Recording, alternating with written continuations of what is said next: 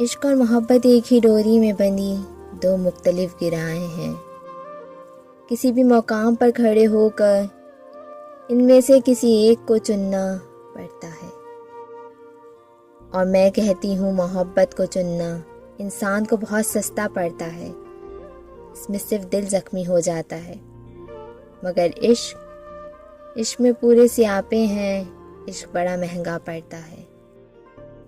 बंदों को ये रगों में डोरते सुर्ख खून का सिया कर देता है। ये जो बन पे आती जवानी का लुटना मांगता है, ये हुस्न के हर एक रमज़ा को गिरवी रखना मांगता है।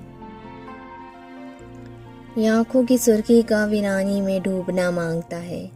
ये होठों की मुस्कान का उदासी में रच जाना मांगता है। दिल की धक धक करती धड़कनों का अपाहिज हो जाना मांगता है। ये सही सलामत रूह का जख्मी होना मांगता है। ये इंसान का हंसी खुशी जीते जी मरना मांगता है और आखिरी दम तक मांगता है।